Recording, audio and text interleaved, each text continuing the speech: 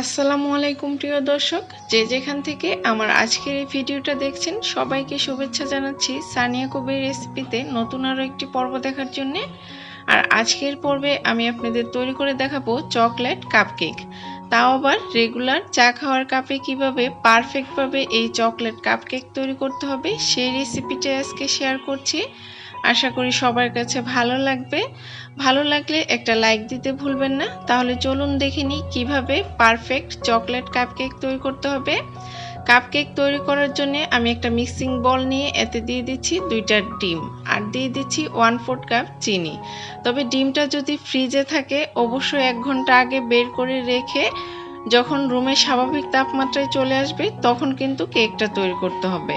এখন দিয়ে দিচ্ছি 1/4 কাপ রেগুলার খাবার তেল, দিয়ে খুব ভালোভাবে মিক্সড করে নিচ্ছি আর এটা বিট করে নিচ্ছি 8 থেকে 10 মিনিট পর্যন্ত, যতক্ষণ না ডিমটা ফ্লাফি হয়ে যায়। যখন এরকমই ডিমটা ফ্লাফি হয়ে যাবে এই পর্যায়ে আমি এতে দিয়ে দিচ্ছি চকলেট এসেন্স 1/2 চা চামচ। এতে কিন্তু কেকের মধ্যে ডিমের কোনো স্মেল থাকবে না। এখন শুকনো উপকরণগুলো মিক্সড করে নিচ্ছি। দিয়ে দিচ্ছি 1/2 কাপ ময়দা, 2 টেবিল চামচ পরিমাণ দিয়ে দিচ্ছি কোকো পাউডার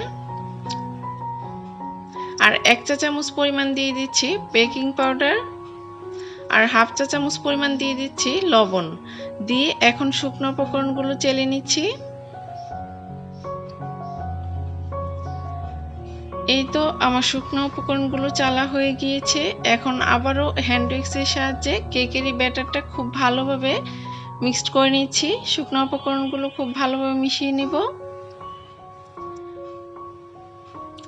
এইভাবে একটু মিক্সড করে নেওয়ার পর আমি এতে অ্যাড করে দিব 1/4 কাপ লিকুইড মিল্ক। তবে মিল্কটা আমি একবারে দিব না, প্রথমে অর্ধেক কাপ দিচ্ছি, তারপরে আর অর্ধেকটা দেব।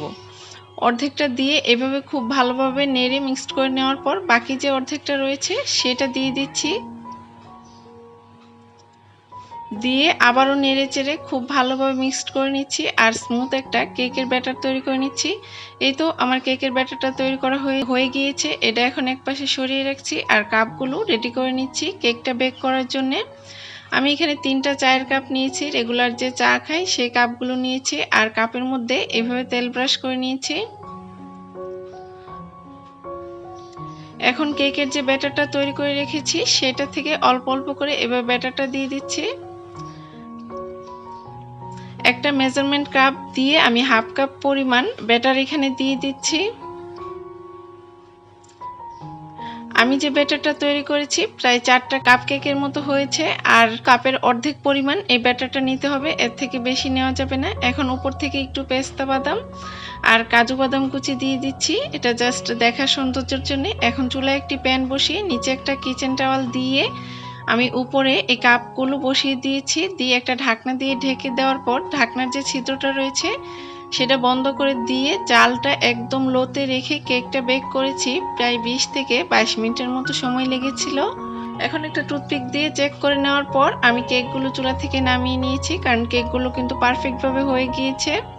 এখন একটা চাকুর সাহায্যে একটু ছাড়িয়ে নিয়ে দেখিয়ে দিচ্ছি কেকগুলো দেখতে কতটা পারফেক্ট আর সফট হয়েছে। এই তো আমার কাপকেকগুলো তৈরি করা হয়ে গিয়েছে। এখন একটা কেক কেটে শেয়ার করছি ভিতরে কতটা পারফেক্ট হয়েছে। কাপকেকটা দেখতে যতটা সুন্দর হয়েছে খেতেও কিন্তু অনেক বেশি মজার হয়েছিল। এইভাবে ঝটপট বাসায় কিন্তু এই কাপকেকগুলো তৈরি করে ফেলতে পারেন, বিশেষ করে বাচ্চারা খেয়ে কিন্তু অনেক বেশি পছন্দ করবে। তাহলে সহজ রেসিপিতে কাপকেক তৈরি করার রেসিপিটা কেমন লাগলো অবশ্যই কমেন্টস করে জানাবেন। আর ভিডিওটা ভালো লাগলে চ্যানেলটা সাবস্ক্রাইব করতে ভুলবেন না। তাহলে আজকে এখানেই বিদায় নিচ্ছি। আল্লাহ হাফেজ।